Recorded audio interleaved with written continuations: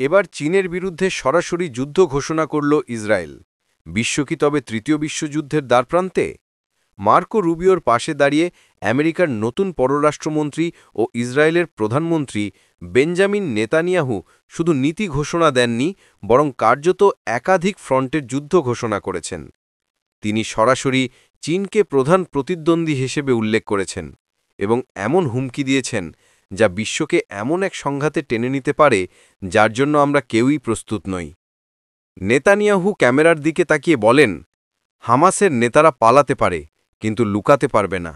আমরা তাদের তাড়া করব যেখানে তারা থাকবে, গাজায়, কাতারে, তেহরানে, বেইজিংয়ে, যেখানে তারা আশ্রয় নেবে আমরা তাদের খুঁজে বের করব।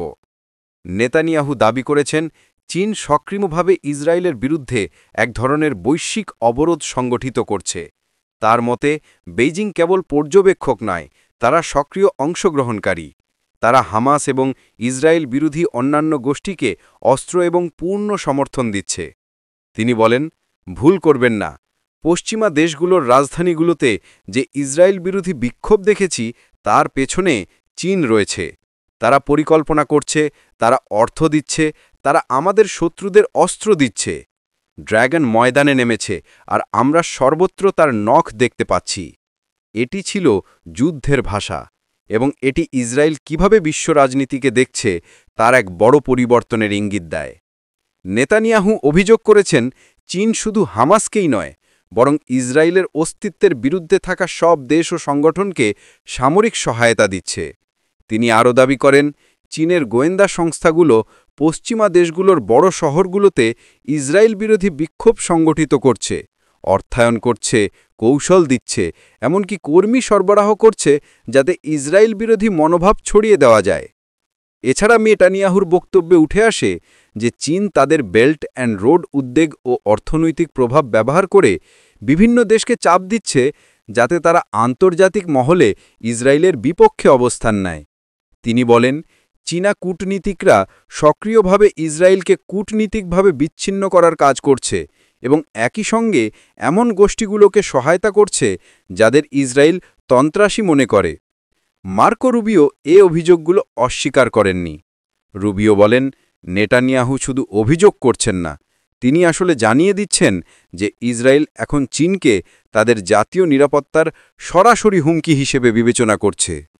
যদি ইসরায়েল সত্যিই বিশ্বাস করে যে চীন হামাসকে সহায়তা করছে এবং বিশ্বজুড়ে ইসরায়েল বিরোধী আন্দোলন সংগঠিত করছে, তবে ইসরায়েল হয়তো মনে করবে চীন তাদের জাতীয় নিরাপত্তার জন্য সরাসরি হুমকি।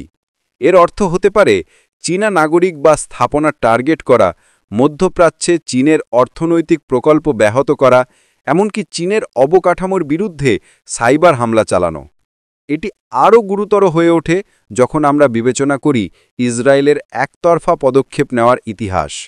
এটাই সেই দেশ যা অতীতে ইরাক, সিরিয়া, লেবানন সহ বিভিন্ন দেশে অভিযান চালিয়েছে যখন তারা নিজেদের নিরাপত্তার হুমকির মুখে মনে করেছে। যদি নেতানিয়াহু সত্যিই বিশ্বাস করেন যে চীন অস্তিত্বের জন্য হুমকি, তবে ইসরায়েলের একতরফা পদক্ষেপ নেওয়ার নজির রয়েছে এবং তারা আন্তর্জাতিক আইন বা কূটনীতিক পরিণতি না ভেবেই কাজ করতে পারে। নেতানিয়াহু রাজনৈতিক নাটকের ওস্তাদ এবং তিনি জানেন যে চীনের হুমকির বিষয়টি আমেরিকান জনগণ ও নীতি নির্ধারকদের কাছে গভীরভাবে সাড়া ফেলবে, বিশেষ করে যখন আমেরিকা নিজেই চীনের সাথে অর্থনৈতিক, প্রযুক্তিগত এবং সামরিক প্রতিযোগিতায় জড়িত, যাকে অনেকে নতুন ঠান্ডা যুদ্ধ বলে। যদি ইসরায়েল এখন খোলাখুলি চীনকে শত্রু ঘোষণা করে এবং চীন স্বার্থের বিরুদ্ধে ব্যবস্থা নিতে শুরু করে, তবে যুক্তরাষ্ট্রকে বাধ্য হতে হবে হয় তাদের মিত্রকে সমর্থন করতে, নয়তো বেইজিংয়ের সাথে সরাসরি সংঘাত এড়াতে। এখানেই বৈশ্বিক সংঘাতের আশঙ্কা বাস্তব হয়ে ওঠে। চীন কোনো হামাস নয়, চীন কোনো গাজায় লুকিয়ে থাকা অরাষ্ট্রীয় সশস্ত্র দল নয়। চীন একটি পারমাণবিক শক্তিধর পরাশক্তি, বিশ্বের দ্বিতীয় বৃহত্তম অর্থনীতি এবং ক্রমবর্ধমান শক্তিশালী সেনাবাহিনী রয়েছে। যদি এই সংঘাত এমন পর্যায়ে যায় যে ইসরায়েল ও চীনের মধ্যে সরাসরি মুখোমুখি সংঘর্ষ হয় এবং যুক্তরাষ্ট্র ইসরায়েলের পাশে দাঁড়ায়, তবে এটি হতে পারে দ্বিতীয় বিশ্বযুদ্ধের পর প্রথম বড় শক্তির মধ্যে সরাসরি সংঘাত। রুবিওর বক্তব্য ইঙ্গিত দেয় যে যুক্তরাষ্ট্র প্রস্তুত রয়েছে ইসরায়েলের পদক্ষেপকে সমর্থন করতে, যা তারা যৌথভাবে চীনের হস্তক্ষেপ হিসেবে বিবেচনা করছে। এটি সবচেয়ে ভয়ঙ্কর সম্ভাবনার দিকে ইঙ্গিত করে। হয়তো গতকালের সংবাদ সম্মেলন শুধু অভিযোগের জন্য ছিল না, বরং ভবিষ্যৎ পদক্ষেপের প্রস্তুতির অংশ। যদি ইসরায়েল ও যুক্তরাষ্ট্র যৌথভাবে সিদ্ধান্ত নিয়ে থাকে যে চীন সরাসরি হুমকি